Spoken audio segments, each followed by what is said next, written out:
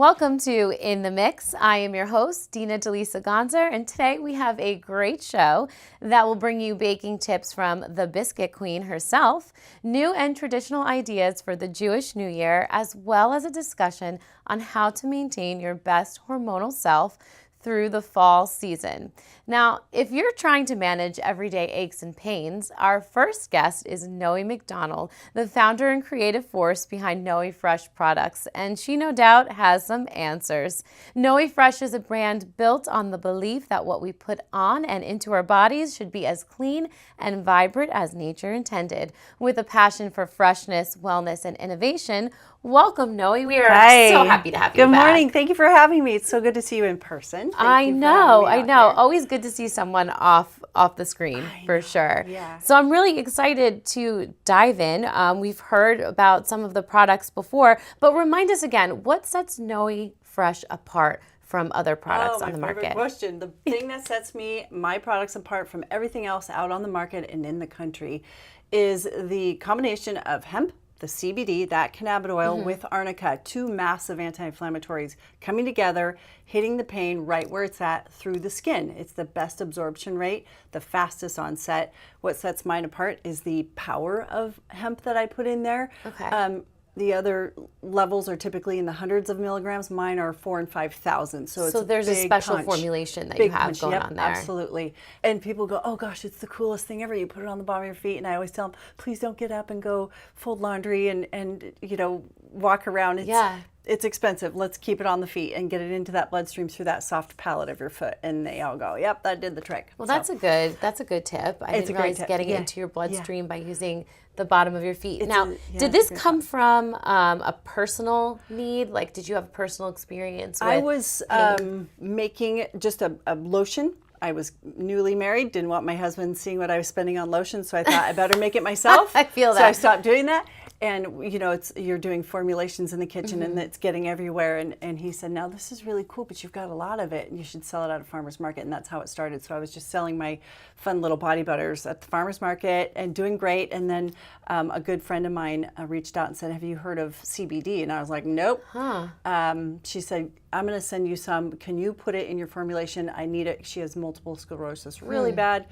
Couldn't get out of bed, and she put it all over her legs, and she said she was finally out of bed after 7 days. And I thought, wow, well, now that just changes everything. The combination was through a friend. So spent years learning how to nano-emulsify it myself into my already base that I had created. You've been growing this since 2016. Well, I started formulating in 2012, not the CBD part. Wow. Then the CBD came into law. I got to mess around with it, but so it's been since 2018 of doing the full line with CBD, and that's what took off. The business took off from there. And what do you think the key factors have been in aiding business growth for you as a female entrepreneur? Getting it, so because I'm a hemp company, you really can't market for it. So I have to get it in front of people, and the best way to do that is through samples. I give out these little guys because my stuff is so powerful and potent. It's not cheap.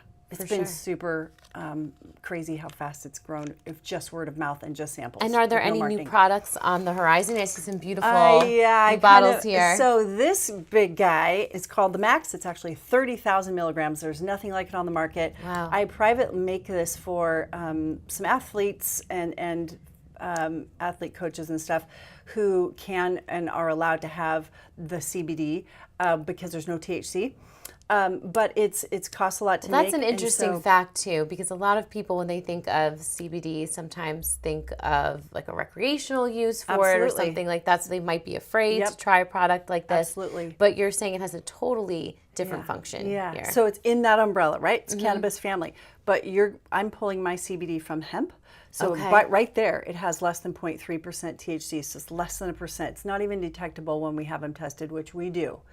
Because I don't want any of it in there. Yeah. So, but you're still getting that one terpene to help the CBD do its job. Okay. But no, you're totally. So who is Noe Max for? So I sell it to a lot of golfers, a lot of caddies, a lot of athletes, people who are just hammering their bodies every day, in pain every day, a lot of fibromyalgia, migraines, big time on migraines. I see people lining up for this now. Yeah. So anyway, this is the Max. It's just now being put on the website this week. The main one that people go for is the migraine stick because it's 5,000 milligrams. It's a heavy hitter. And before we go, let us know one more time, how can we find your products, keep up with you, and what's coming out that's Thanks new? for asking. So my stuff is online, noefresh.com. That's noefresh.com. And I'm in a few retail locations just in Washington State, but looking to grow all over the country. And we do a lot of business over here on the East Coast. So exciting. So Awesome. noefresh.com is the best way to Well, get fantastic. We're going to be keeping up. We're going to be looking out for the Noe Max coming out soon. Thank you so much for taking the time to be with us Thanks today. for having me. No, it's been great. Next up, we are coming at you with one delicious idea after another for your holiday tables. That's right. I said it. Holiday. Stay with us.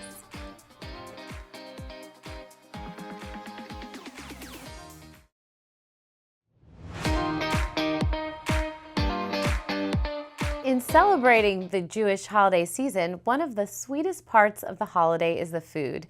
Today we are joined by Shani Seidman, Chief Marketing Officer of Keiko Kosher, parent company for Manischewitz Foods, to show us how to bring those flavors into your own kitchen. Welcome, Shani. Thank you so much, Gina. It's so exciting to be here. Now, the Manischewitz food brand has a rich history. It seems like this brand is a staple in grocery stores. How has it sustained the test of time over 130 years? Yeah, so that's right. It's a 130-year-old brand. The brand started by Rabbi Dilber Manischewitz with just a simple box of matzah that he wanted to make for his community in Cincinnati, Ohio. And over the course of over 100 years, the brand came out with traditional foods that met the dietary needs of the community, like matzah and gefilte fish, noodles, and tams. Over the Jewish New Year, which we just celebrated, our families come together and they celebrate the holidays, the Jewish holidays of the New Year, with traditional symbolic foods.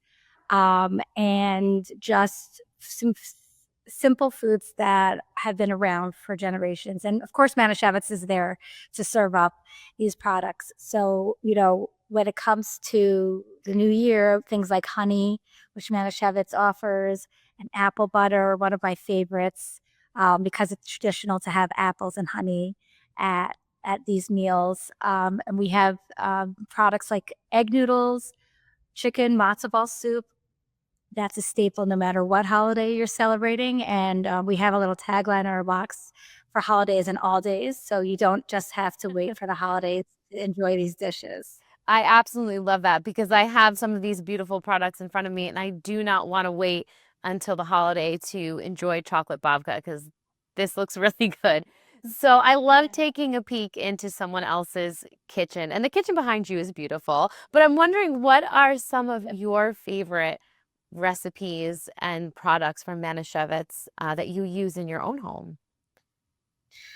Yeah, so you just mentioned my favorite. It's actually a new product. Since our rebrand, we've been coming out with products that have, again, have an iconic legacy in Jewish cuisine, but also that are inconvenient. So not everyone is going to make a babka from scratch, but you can buy a frozen babka by Manischewitz where you just put it in your oven for 10 minutes and enjoy like the delicious smell of a Jewish bakery. So that product is one of my favorite products that we came out with this year.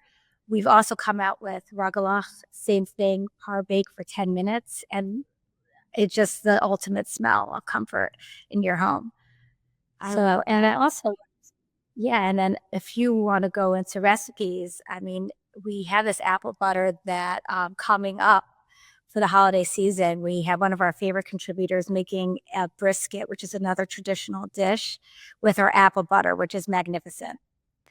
Well, this all sounds absolutely delicious. Thank you so much for joining us today, Shani, and giving us a peek into your holiday traditions and providing us with inspiration for our own. Thank you so much for having me. Still hungry? Next up, Cynthia Christensen from But First We Brunch will show us her foolproof recipe for 2-ingredient biscuits.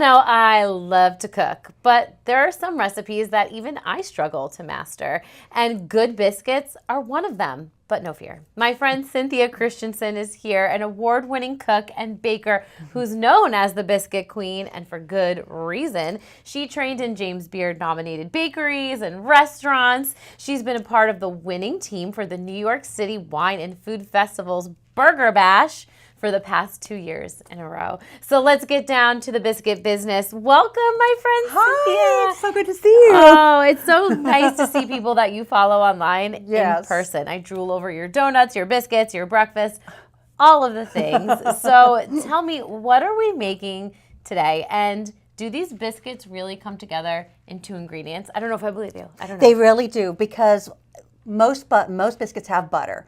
Okay. But what is butter made from?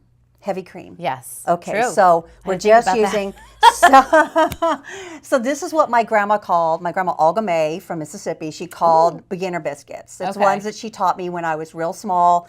They're really easy to put together. Practically, really, they are foolproof. They really are. So Okay. it's just heavy Well, cream. you're working with me, so and we'll see. Self-rising flour, which is Okay. just, immediately got flour on myself. Immediately. Perfect. I feel like we're at home. It's just all-purpose flour Okay. along with some baking powder and salt already in it. Perfect. So I use it for pancakes, I use it for biscuits, I use it to make English muffins, bagels, all kinds of things. And I've seen all kinds of things from you, and they are delicious and beautiful. So tell me a little bit about how you got started. I was working in the book industry, and one day I love to cook, and I decided that I wanted to cook, and something happened at work, and I put in my notice. Then I got a job at a bakery. But then the pandemic happened, and my husband it is did. a hospital worker. He was in the emergency room. Wow. And so we only saw him before 10 a.m. each day.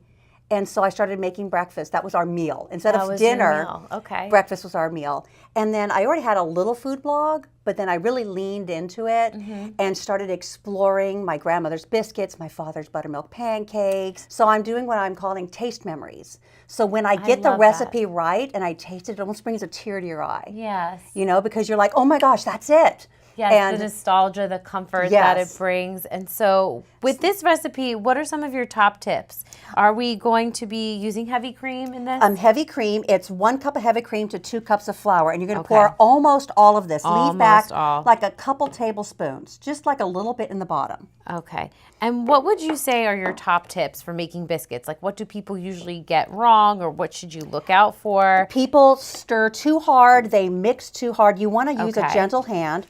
These don't have any butter in them, but if you're Okay. using butter, a lot of times people make this huge deal out of having to use ice cold butter, freeze Yeah, and it. cut it and all of that. And Hogwash.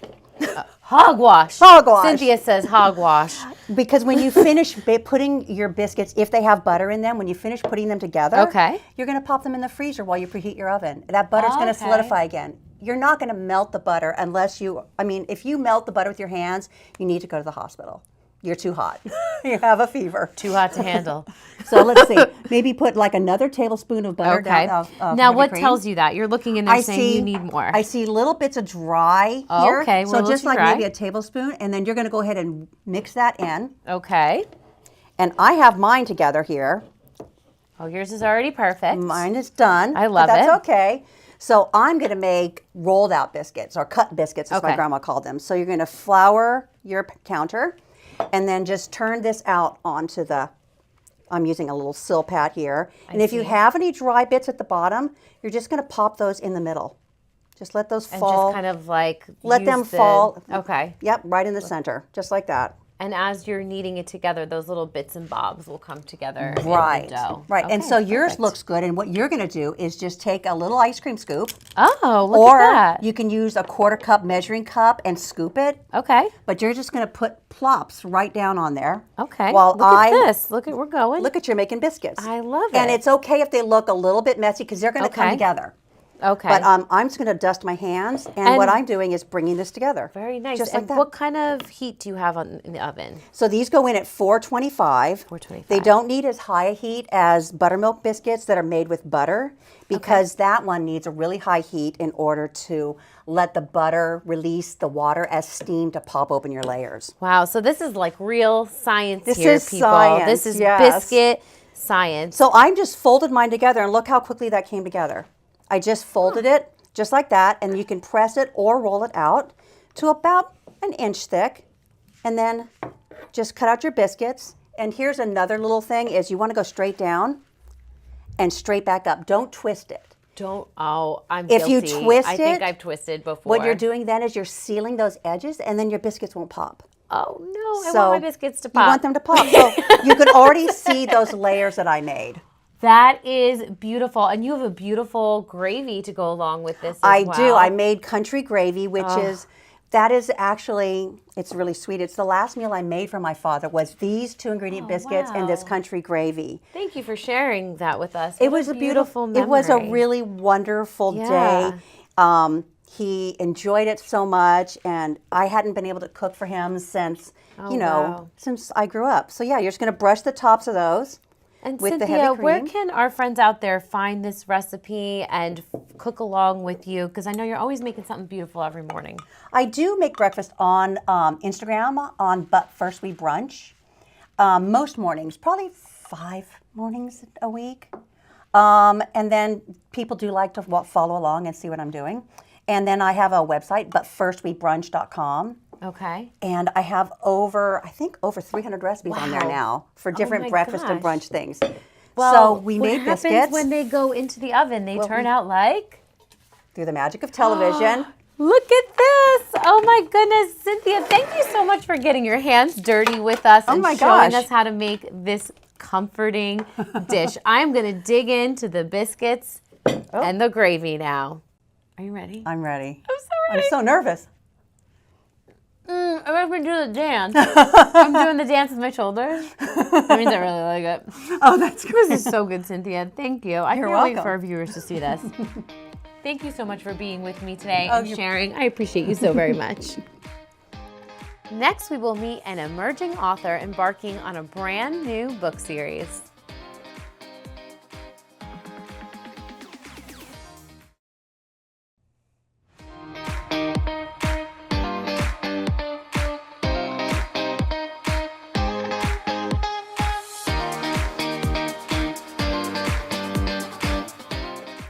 Our next guest introduces us to a series based on friendship, chaos, and the pursuit of a good prank. She is a rising star in the literary world, and you may be surprised to find out she is a teenager. Let's welcome Ellie O'Neill to the show. Ellie, thank you for being with us today. You too. Thank you. Now, at such a young age, how does one not only be inspired to become an author, but have the motivation to make that goal come to fruition, to make it happen? Well, I mean, when I was younger, I used to write a lot, and I really found that writing about pranks and friendship kind of was like my little spark. I love that. And so now, are you somebody who plays a lot of pranks on people? Yeah, I like playing pranks on my sisters and friends. So now, what does it feel like to have a best-selling novel as a teenager? Some people wait years and years and years or their whole life to even publish, but you've accomplished that and you're best-selling. What does it feel like? I mean, I'm pretty honored to say I believe it is a pretty great thing to be so young and still put myself out there, and I feel like I'm ready to continue doing so. Oh, yeah, you did it. And let's introduce viewers to your book series. You have a cast of characters that are centered around joyful chaos and friendship, as you describe it. I think there are even some pranks that maybe were inspired by your own involved in there. Yeah. Give us a little synopsis of the series. Well, it's about pranks, teenager mischief, and it kind of gives off that sense of belonging, the friendship that starts at first sight. The kind of pranks, it's more like the tricks you play when you're in elementary school, like, putting Legos under the door, throwing trinkets and jello, and launching glitter all over the place, that kind of thing. And you have a couple of different characters in the books, right? There's a cast of characters that are friends, and the books kind of chronicle their stories. Is that correct? Yeah, that's correct. That's great. And before we go, Ellie, how could you inspire other people your age who feel like, I want to start writing? I think that along your journey, you're going to find this spark, and I think it's really something worth chasing. Oh, I love that, Ellie. And we're so glad that you found the spark, and we can't wait to see where you go next. Thank you so much for joining us. And before we leave, how can we find your books? You can find my books on Amazon currently, and soon it'll be on my website, where snowdoesn'tfall.com. Amazing. Well, we can't wait to keep up with your writing adventures, Ellie. Thank you for being with us today. Thank you, too. So if you spend any time on social media, you would know that hormones and aging are a hot topic. No pun intended. Today we have Donna White, the author of the international bestseller, The Hormone Makeover, joining us now. Hi, Donna. How are you? Hi, Dina. Thank you for having me. Well, we're really looking forward to this conversation. And before we dive into specifics, Donna, you've dedicated a lot of your time to educating people about hormone health and the hormone replacement movement. Can you give us a brief synopsis about how you got started?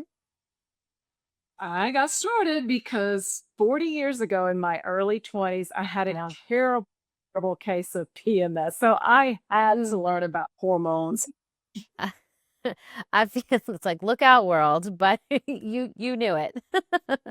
And so, I would think right now, the time we're in, back to school, back to routine, it would give people a sense of calm. But in fact, it's the opposite. Why do stress and cortisol levels spike during the fall season? You're so right, it does. So what happens is these shorter days means we get less daylight going into our melatonin stays in our system longer, our serotonin levels dip, and our circadian rhythms shift. That's why mood and sleep become more troublesome. Now, here's the first step: get your hormone levels tested. And here's a simple reset: 20 minutes of sunlight first thing in the morning can also help a lot. What's the reason behind our sugar cravings, our need for a big bowl of mac and cheese during the fall and winter months when the temperature drops? It's brain chemistry because carbohydrates boost up serotonin levels.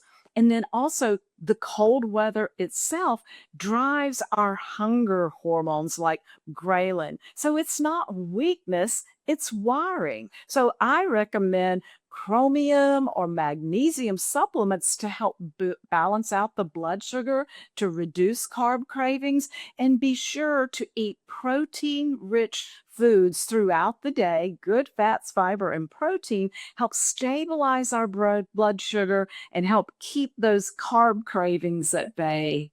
I really love these tips you mentioning about the eating and the supplements, but it's kind of hard to talk to our healthcare providers about this subject. Is there a way we can approach our healthcare practitioners about this subject? Well, that is a great question. Instead of trying to approach a healthcare provider that's closed minded, why not consider going to one that specializes in hormones and hormone balancing protocols? That's where you can expect to get a thorough conversation, comprehensive testing, and those type of approaches. Donna, thank you so much for sharing all of your insight with us today. There's so much more for us to know. Where can viewers go to keep in touch with you?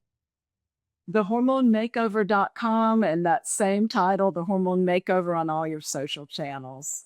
Thank you again, Donna, for being with us today. Thank you for having me, Dina.